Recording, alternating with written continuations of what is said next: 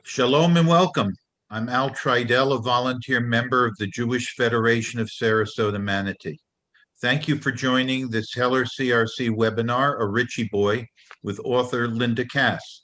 I'm proud to welcome you because I too am the child of a Ritchie boy. My father, Eric Tridell, escaped from Germany in 1938, and after the war was declared, he enlisted to fight in the U.S. Army. Dad was sent into German towns prior to the Allies coming in to ascertain who the Nazi supporters were and who would be trusted by the Allies.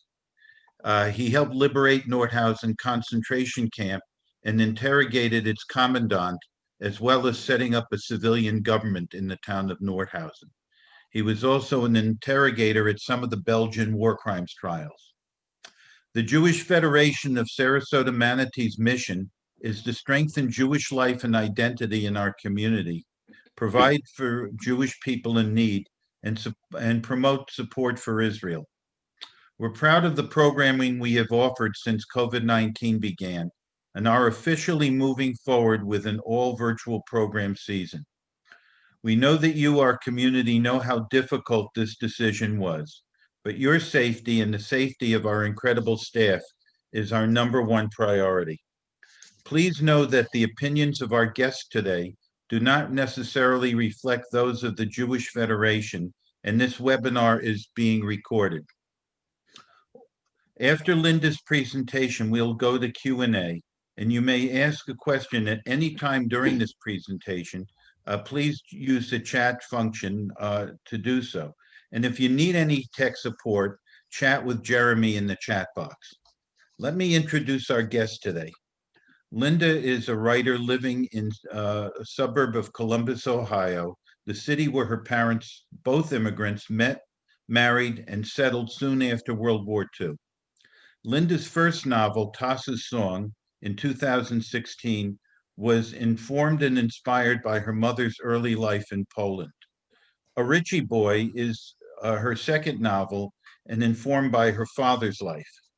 Linda is the founder and owner of Gramercy Books, an independently minded, carefully curated neighborhood bookstore located in the heart of a first-ring suburb of Columbus, Ohio, called Bexley. She was thrilled that A Ritchie Boy is among Writer's Bones picks for November-December 2020, 32 books that should be on your radar. Along with President Obama's A Promised Land and Michael J. Fox's memoir, No Time for the Future. No Time Like the Future. Linda is known as a strong advocate of education, literacy, and the arts, has led a number of civic and community organizations, and served on their boards over the past several decades, including Bexley Board of Education, Bexley Education Foundation, Capital University, Columbus Symphony Orchestra, kidsohio.org, the Ohio State University, and the United Way of Central Ohio. Linda currently serves on the boards of Kenyon Review and Ohio State University Foundation. Linda, welcome. Thank you so much, Al. I appreciate such a kind introduction. I'd like to thank Jesse, Jeremy, and the Jewish Federation of Sarasota-Manatee for having me today, and for all of you for joining. Let me speak for a while. I'll do a little reading as well. As you've heard, A Ritchie Boy follows the early life of Viennese-born Eli Stoff. It's distracting if we hear it here and see it there. After facing widespread anti-Semitism, Eli escapes Austria with his parents in 1938 at the age of 15. Gil Alexander is there. I'm sorry, I'm hearing someone. You may want to mute yourself if you want to be able to hear what I'm saying. So I'm giving you a quick synopsis of the book. Within 5 years of arriving in America, Eli Stoff, the protagonist, is recruited and trained by the U.S. Army as a military intelligence officer at a secret camp in the Blue Ridge Mountains of Maryland. This facility is called Camp Ritchie, and it trained thousands like Eli, like Al's father, Many Jewish refugees who were born in Germany and Austria, fluent in the language and customs of the enemy. These young men worked undercover on the European front to help really help the Allies win World War II, and they became known as the Ritchie Boys. My story, as Al mentioned, is inspired by my own father, who was a Ritchie boy. And you will likely see a photo, a framed photo on your screen of my dad in uniform. And this image, always looked back at me as I sat at my desk to write a Ritchie boy. The expression on my father's face revealed to me how proud he was of his service.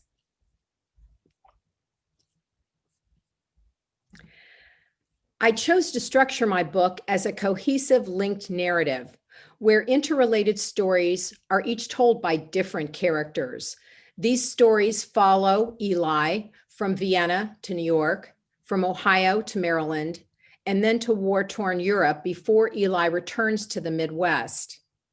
While the book dramatizes the adversity and intrusion of war, ultimately, A Ritchie Boy is a tale of identity, of becoming and belonging, of a boy becoming a man, and of Eli's journey from one homeland to another.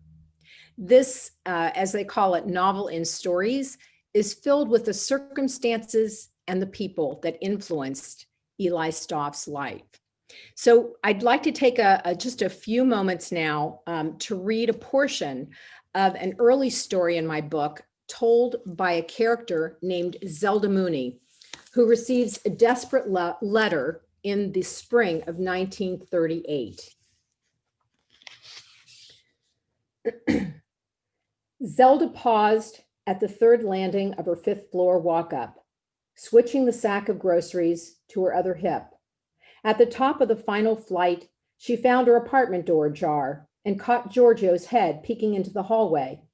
He reached for her bag and gave her a quick kiss. "Your day okay?" She offered a tilt of her head, raising an eyebrow. Hard to call any day cleaning toilets at the Waldorf a good one. She tossed her wool coat aside and nudged Giorgio into the kitchen. "One guest left me $1 with a kind note, so we have him to thank for our dinner." "I got the night off. Let me do the cooking." Giorgio laid the pappardelle and Roma tomatoes on the counter, then pulled out a saucepan. He turned to her, catching her gaze. "You've got a letter from Lila." From the stack of mail on the kitchen table, he plucked the top envelope and handed it to her. From Lila? Her breath caught in her throat.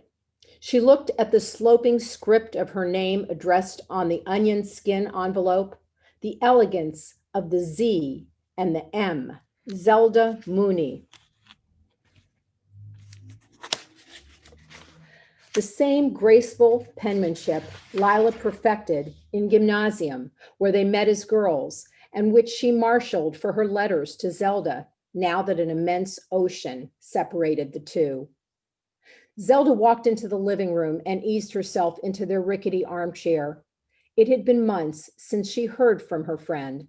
The heavy mood of Lila's last letter reminded Zelda of their adolescence in Vienna, when rationing and lessons from the Great War replaced the gaiety of the Vienna Fasching, when they learned to waltz in open-air squares. Back then, the two were inseparable, like sisters. They could complete each other's sentences. The ink was barely dry on the Treaty of Versailles when they began their studies at the University of Vienna, filled with big ideas and plans. Zelda's dream to someday become an art curator, Lila's to be an English professor. Lila ended up teaching English to children because it seemed like more important work. She was always looking out for everyone else. Zelda reminded herself that every major decision in her life, including marrying Giorgio and immigrating with him to America, was done with Lila's input and blessing. Her fingers tore at the flap. As she scanned Lila's words, her gut tightened. She'd read the newspapers, or thought she'd read them. More likely, she just stared at the newsprint, too consumed with her own miseries and failures since she and Giorgio arrived in New York, to concentrate. The miscarriages, the job humiliations, their worthless degrees, the daily indignation, their powerlessness. Some days she felt like screaming, but now her rage was about Lila's plight. On Friday, a pack of hooligans attacked Eli on his way home from school, forced him onto his hands and knees, made him scrub the pavement while they spat at him. Zelda folded the letter, pushed off from the chair, and hurried back to the kitchen. They have to get out. Lila, Bart, and their son, they have to get out of Vienna. What are we supposed to do? Giorgio gave her that look. She remembered when his face used to be open and sunny, when he was receptive and eager, his deep brown eyes gentle. Years of 6-day stints, waiting tables for $3 a shift had taken its toll. Unspoken was the reality that his engineering skills had grown stale along with his precious diploma. In truth, they'd both hardened. She didn't want to admit or confront it. She kept telling herself things would get better, that some opportunity would open up, but maybe they'd soon be able to afford a better apartment. But they continued to bump up against a low ceiling of possibilities for immigrants in their new country. Their lives had become stagnant.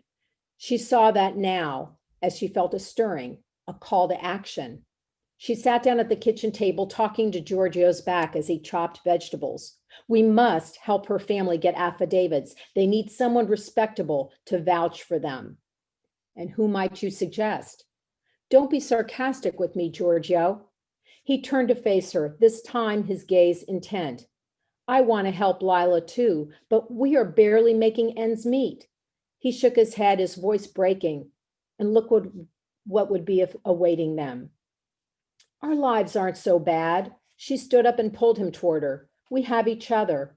Holding him tightly, she added quietly, at least we have jobs and we have our freedom. We can't ever forget that. You're right. I'm sorry. Neither spoke as they moved apart. His face softened. What about Giuseppe? Just because he owns the restaurant, Zelda's words trailed off. The people they knew were immigrants too, hardworking, struggling, and there were quotas, especially for Jews. Immigration officers wanted assurances that the potential emigre could find work and not become a public drain. What about someone at the Waldorf? Giorgio shut off the faucet and reached for a towel. She considered that possibility, but her immediate boss was a Mexican who reported to a second-generation Russian Jew.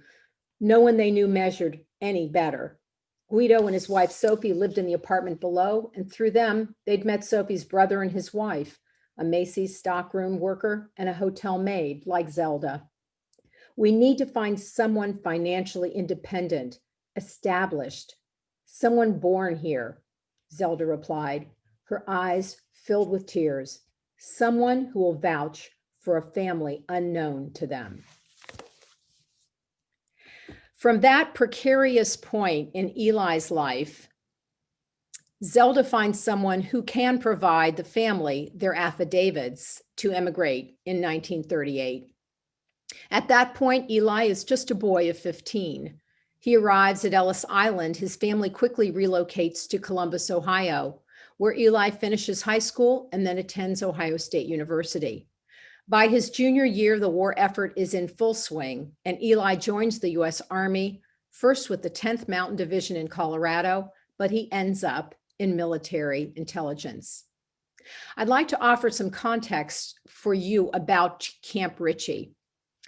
In the summer of 1942, the U.S. Army centralized its intelligence operations at Camp Ritchie because it was the perfect remote location for their work. It was about 17 miles from Hagerstown, Maryland, and some 70 miles from Washington, D.C. The camp, which was founded by the Maryland National Guard, became the Army's secret intelligence training facility. Most men were assigned to Camp Ritchie because of their fluency in German or other languages. They were often recent immigrants to the United States, often Jews who fled Nazi persecution, and they were familiar with the culture and thinking of enemy soldiers, as I mentioned earlier. At Camp Ritchie, they offered an intensive course of instruction that lasted up to 6 months. They trained recruits to be interrogators of prisoners of war, where they learned what was called the OB, or Order of Battle book. They learned Morse code, identification of aerial photos in order to find installations. They learned document interpretation and how to analyze these documents, and much more. From the time it opened to the end of World War II, Camp Ritchie trained more than 15,000 servicemen, and more than 2,000 of them were Jewish refugees born in Germany and Austria. One Army study estimates that 60% of the intelligence collected in Europe came from interrogations conducted by Ritchie boys. In the story called Camp Ritchie, in my novel, I feature 3 cabin mates who Eli Stoff becomes close with. And I think you'll see a photo now. And this is a photo I found of my dad is third from the left. I imagined the characters of Henry White, Bobby Saltman, and Max Schultz. The Army friends Eli, my character, would meet during military intelligence training. The way these 4 men in real life posed in this picture conjured up the camaraderie that I wrote into the scenes that filled this particular story. I'm often asked why I've chosen to retell family history as fiction, given that my first novel, as you heard in the introduction, Tassa's Song, was inspired by my mother's early life, and a Ritchie boy inspired by my father's. As a first-generation Jewish American whose parents escaped Nazi-controlled Europe during the Holocaust, I've always been aware of the extraordinary circumstances that were part of each of my parents' early lives. Just like my character Eli Stoff, my dad and his parents barely escaped from Vienna in 1938. And my dad later returned, like Eli did in my book, to the theater of war as an intelligence officer in the US Army, not even 6 years later. My mom came from a tiny village in eastern Poland and hid in an underground bunker for a year during the height of the war before she arrived in this country at the age of 24. I knew my parents and grandparents were driven from their homeland because of religious persecution. It made me more conscious of how easily the hatred toward people less understood can spread. My parents' experiences also made me value our histories, our stories, and the importance of remembrance. There were many heroes who saved people like my parents, despite the anti-Semitism around them. Knowing about these heroes has instilled in me a gratitude for those who have the courage to stand up for what they believe. As my mom and dad got older, they lived into their 90s. Their stories became even more precious to me. I realized that each of my parents had been a witness to a piece of history that would disappear unless their unique and human stories were retold. I came to the page as a fiction writer with gnawing questions about my own parents' individual early life journeys and what gave them their determination to begin again in a new culture. And while I had a timeline of their lives, I was not a witness to their day-to-day experiences and relationships. I couldn't know their feelings or their reactions to the events as they happened. I could say or write that their history was marked by persecution, by family love, by resilience and survival, but I was not there. So I chose to make this a human story told through fictional devices that allow you, as the reader, to inhabit my characters. In many ways, fiction allows the telling of a larger truth. It allows the reader to experience and be present in that human narrative. I'd like to talk a bit about the structure of my book that I alluded to earlier as a cohesive linked narrative, and I've called it a novel in stories. And these stories are told by different characters. Together, these individual stories follow Eli Stoff's journey from 1938 to 1948. The novel structure offers a portrait of a time as well as of a man caught up in its turmoil. Theoretically, each of a Ritchie Boys chapters can be read as standalone stories, all linked to Eli Stoff and related to this period of our history that's set during the dawn of World War II and the disruptive decade to follow. 2 of my stories were actually published in literary journals prior to the publication of my book. And also, I didn't write the stories in the order they appear, but I arranged them chronologically when the book was getting published to give the book a very novel-like presentation. The variety of voices telling these stories, in effect, allow the reader to see Eli Stoff from many angles. An example is the story I read from, Zelda's Gamble. It's told from Zelda's point of view, whereas each story is told by the variety of people who Eli interacts with during this decade of his life. There have been other novels structured in this manner. For those of you who are big readers of fiction, there's a very well-known novel by Elizabeth Strout called Olive Kittredge that was structured in this fashion. When you read historical fiction, you might wonder how the writer's able to create a reality, such a reality of a time and a place long ago, far away. And many want to know about the research. And believe me, historical novelists must do a great deal of research to create an authenticity on the page for the reader. There's the research about the time period covered, the settings, and any context, like a world war, before beginning a book like mine. That includes understanding what foods people ate at that time, what the characters wore, what they read, what music they listened to, any concrete particulars to ground the story. The primary source for a Ritchie boy was my father. I knew about the basic facts of his life because I audio taped interviews with him when I was in my late 20s. It wasn't long after I earned a graduate degree in journalism in the late 1970s. I was armed with several years of experience writing for magazines and assumed the role of family historian with great fervor. I suddenly gave myself the assignment of interviewing both of my parents to ensure that my children and grandchildren would understand where they came from. Most of all, I needed to understand my heritage. I audio taped these conversations, hoping that an objective approach with prepared questions would finally connect the dots of my family history. My parents shared what they remembered, but as I tapped their words on my IBM Selectric, I still ended up with gaps and much later thought of all the questions I could have asked. I also realized that there likely was trauma embedded in these memories, and that forgetting might have been a useful way for my parents to move forward. For many years, my typewritten facts remained in a drawer. I had many other sources of information as I developed the stories in my novel. Given my background and knowing the unique circumstances my parents endured, I've had a lifelong fascination with books and films about World War II and the Holocaust, so some things I just knew. When I began to write this particular novel, my research included reading lots of historical documents. I explored more than 100 internet sources that linked to relevant articles. I read a number of books about the Ritchie boys, about Jewish soldiers during World War II. One was actually called GI Jews, and about life of Jewish immigrants in America.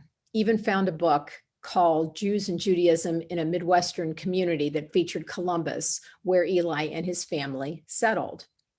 I watched some dramatic films and, most importantly, a 2004 documentary about the Ritchie boys that helped me to better understand the training facility at Camp Ritchie and the techniques that were learned there. And while Google allowed me to be efficient when I had to be, wherever possible, I spoke with experts to ensure accuracy. One of my early readers was a university professor of European history. there was an endless amount of detailed facts I needed to understand. I had to research skiing techniques as well as the particulars of alpine skiing back in the late 30s to write the story about Eli's ski trip with classmates in the Austrian Alps. I explored the kind of music the characters might listen to during this time. 7 of the 12 stories in A Ritchie Boy featured different types of music: classical, big band hits, bebop, even songs from Broadway musicals of that period. I needed to understand the local geography of New York City, of Columbus, and other locations where stories were set, as well as the cultural norms of that period. I learned about the details around the arrival and review process at Ellis Island, the life on the campus of Ohio State University as the country prepared for war, about life in Shanghai for Jews during World War II, as that was a character, one of my narrators in one of my stories, spent a decade in Shanghai, and even the nuances of a professional photographer who was my narrator in the final story. I've been to Vienna and New York, and I live in Columbus, but I know those cities today. And as I mentioned, my stories are set between 1938 and 1948. Probably the most interesting research was reading 2 years, 1942 and 1943, of the Ohio State Lantern, which is the college newspaper that still exists today. Eli attended Ohio State, as did my father, a campus I've been to numerous times, but I needed to learn what it was like then as our country prepared for war. I found one of the biggest challenges is dealing with research for a novel whose backdrop is so huge and universally known, as is World War II. A writer has to make sure the historic facts and details of this era ring true, but not overpower the story itself. Because in the end, we're telling story through what our characters think, feel, say, and do. And all of that is imagined.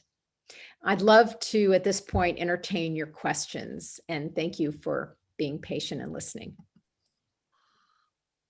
Thank you, Linda. This was very, very interesting to say the least. I'm actually going to start out and ask you the same question I asked you earlier today, and that is, can you tell us how you found out that your father actually was one of the Ritchie boys? Yes, Al, you know, my father, when I interviewed him on audio tape those many decades ago, mentioned he was in military intelligence, and actually even mentioned that it was at Camp Ritchie. I never knew there was a name for that until about 2014, when I was sitting on my father's living room couch, and he passed a letter onto my lap, and I opened it up, and it said, "Dear Ritchie Boy." And I immediately said, "Dad, what is this, Dear Ritchie Boy?" And he says, I told you I trained at Camp Ritchie." And I said, "But I didn't know there was a name for that." And I read on in the letter, and it was inviting him to a reunion of Ritchie boys. So I immediately, the journalist in me, left that day and Googled immediately Ritchie boys. And that's when I first came up with the documentary I mentioned that came out in 2004 called The Ritchie Boys. At that time, I ordered the DVD, and I sat down with my father and watched it. Thank you. Here's a question from Sydney Papernick. Do you know if there's an organization for children of Ritchie boys for the purpose of sharing information? And he goes on to indicate that his father, Jack, was a Ritchie boy. That's an interesting question. I am aware that there are several Facebook pages that are for people interested in the Ritchie boys. I'm not aware at this point, and would love to know if there's an organization for children of Ritchie boys. So I can't answer if that's correct or not. One would think there would be, but after I wrote my book, I will say that those people I knew for many, many years here in my own hometown of Columbus, Ohio, have come up to me and said, "Do you know my father was a Ritchie boy?" And so there's so many of us around, and yet we don't know, we may know each other, but we don't know that fact. It would be great if there was such an organization. Another question is indicated, it says, I know my father was both at Camp Ritchie and in intelligence and came to this country from Germany in 1936. How can I find out if he was a Ritchie boy? I would think that there's a way to research that.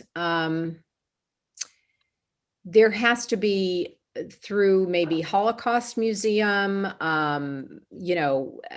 some kind of information about that, because I know that I think Camp Ritchie no longer exists as it was today, but there has got to be background information. I think that has to be researchable information if you go to the right sources like Holocaust museums and whatnot, located in many different cities. Thank you. Here's another question. Why was this a novel rather than nonfiction? I tried to answer that in my opening remarks, and I'll just sort of mention that again. I wasn't a witness to to what took place. And I wanted to tell a human story, a story that involved what these characters experienced directly. And you can only do that in fiction. I also only had touch points of my father's life. So, unless it was my life and I wrote it as a memoir, I didn't have the kind of information that would fill a book. But I still feel that these human narratives are what are very important, so we can experience in reading what these characters may have experienced. Here's a different kind of question. What's it been like for you to promote a book during a pandemic? Yeah, it actually has been, since I now have the experience of promoting a book, not in a pandemic and in a pandemic, I will say that I've been able to interact with many more people in many more cities. Because obviously we're all doing virtual events. I myself, Al mentioned in the beginning, I own a bookstore, and all of our in-person author events are now virtual events. And so, I've been everywhere from Florida across the country to Irvine, California, and everywhere in between in promoting my book. And really, I don't believe I would have been doing that if I was actually getting on an airplane and flying to all these places. Thank you. I just lost a question. Let me go back.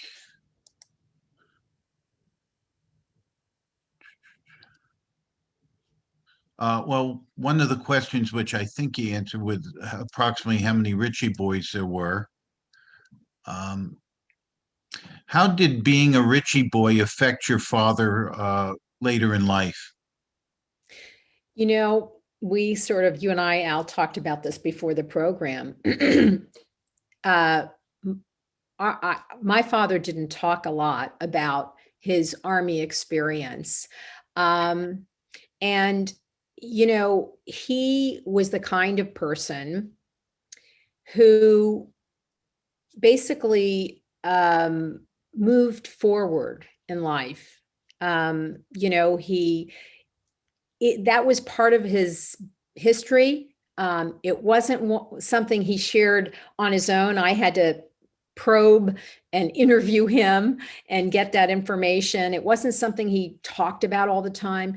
He really engaged in our community, and he moved forward from there. I will say there's one thing that happened to him that affected him his entire life.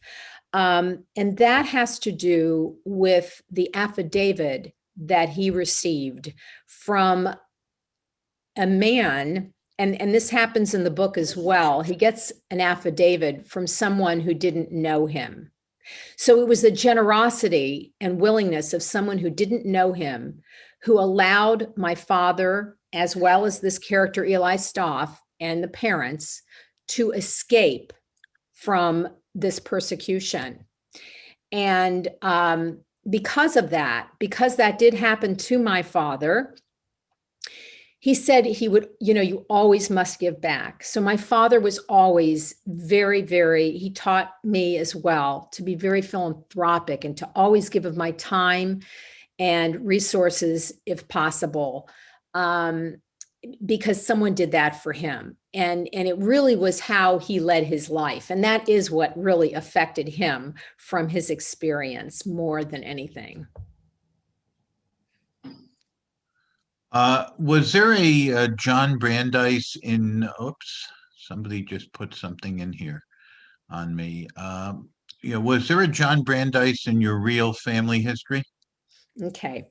So the name John Brandeis is actually a name of someone who did have a retail operation in Omaha and who did have this Jewish Austrian background, and who did come into New York and become part of this Stern Brothers retail operation. He was not the individual who gave my father an affidavit. I was doing research to sort of find, to model a character on. It's kind of a long, I'm not going to get into that here, but, as I was researching, and by the way, the gentleman who my father, who gave the affidavit to my father was actually a Chicago businessman. And in real life, my father never met him. For those of you who read the book, you'll know why I'm saying this. Thank you. So here's the two-part question. Were there any women that did the same thing? And can you talk a little bit about what dangers the Ritchie boys actually faced? I'm not aware. I don't know that I can answer this question. I really don't know about the women who might have been involved in any way at Camp Ritchie. And I was not aware in the research. I didn't come across this. That doesn't mean it wasn't there. I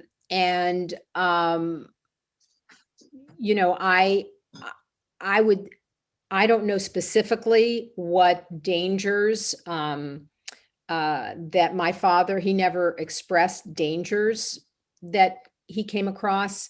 I would imagine when they weren't doing interrogations, if they had to fight on the front line, which my research indicated that was something that may have been necessary, then they would have been in danger in that way.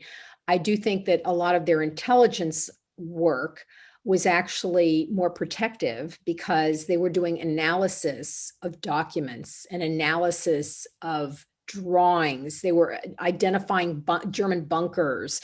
So they were doing more intellectual work. That kind of work was less dangerous. It was less direct with the enemy. If I may, I'd like to add to that. There are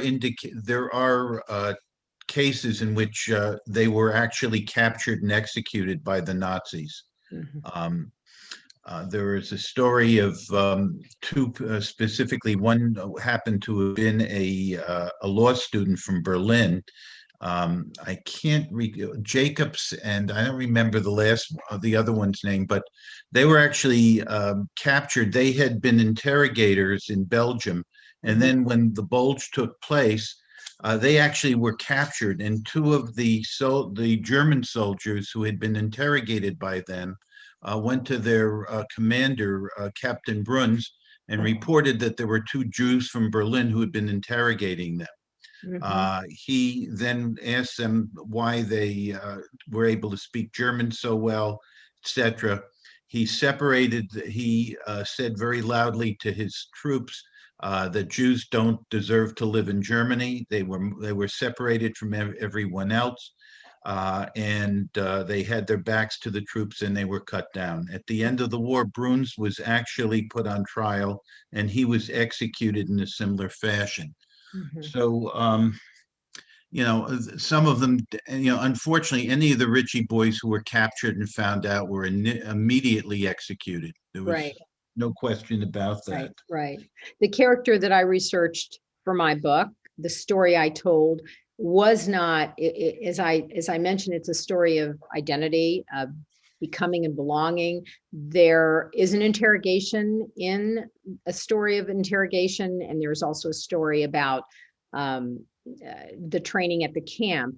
But this was not about warfare, direct warfare. That is not what my novel is about. So my research didn't take me into those areas, although I'm aware of what you're saying, that there were some people who, once they got to the front line and they got captured, sure, that they were executed, as you So why don't you tell us a little bit more about your research process? Well, as I mentioned, there's so many, I try to do a general research when, certainly before I started this book, I think the documentary, The Ritchie Boys, was quite helpful to really understand the context of who they were. I used, as I mentioned, for this book, I had some touch points of reality that I wanted to incorporate into the book. So this idea of, for example, the ski trip that I started the novel with, where Eli takes a ski trip with his classmates while he's still in Vienna. And that really came from a story my father told me. My father said, and all he said was, I went on a ski trip with my friends, my classmates. I don't think he called them his friends, with my classmates. And when we returned on the train platform in Salzburg and elsewhere, there were Nazi soldiers. That's all he told me.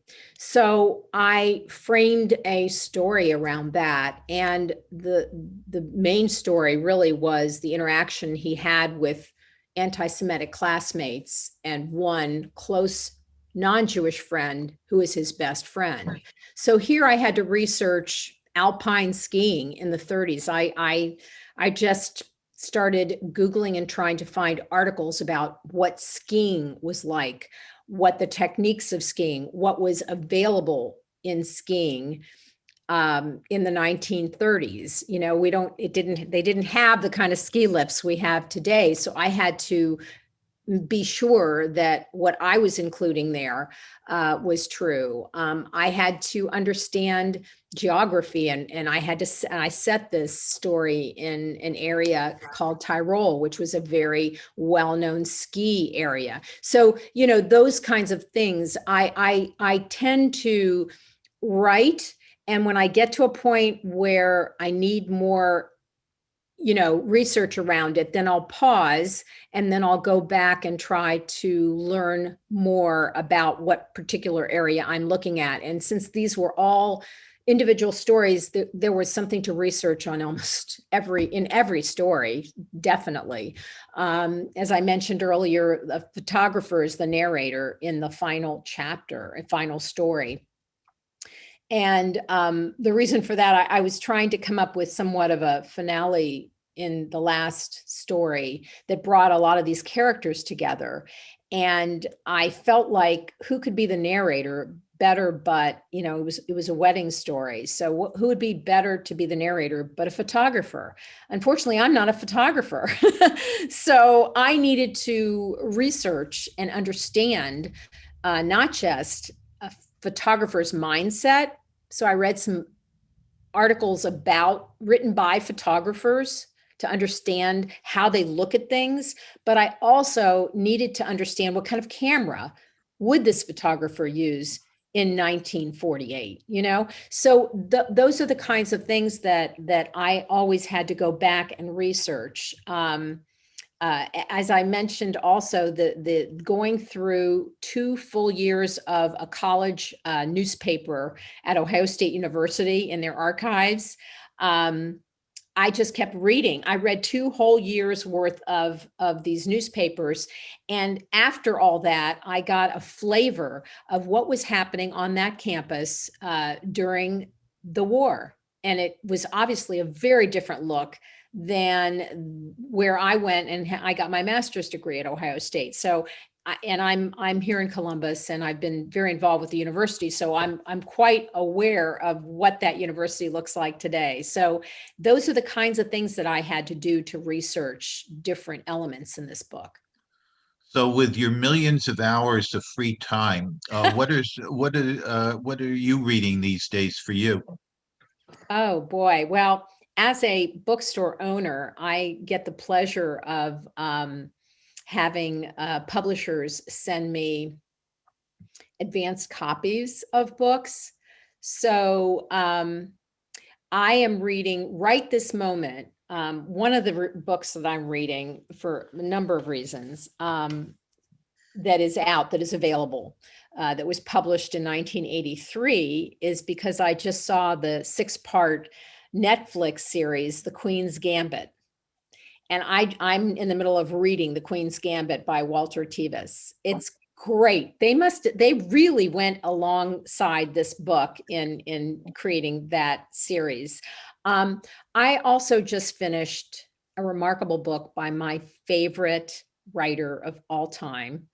I love Kazuo Ishiguro, who won the Nobel Prize for Literature in 2017.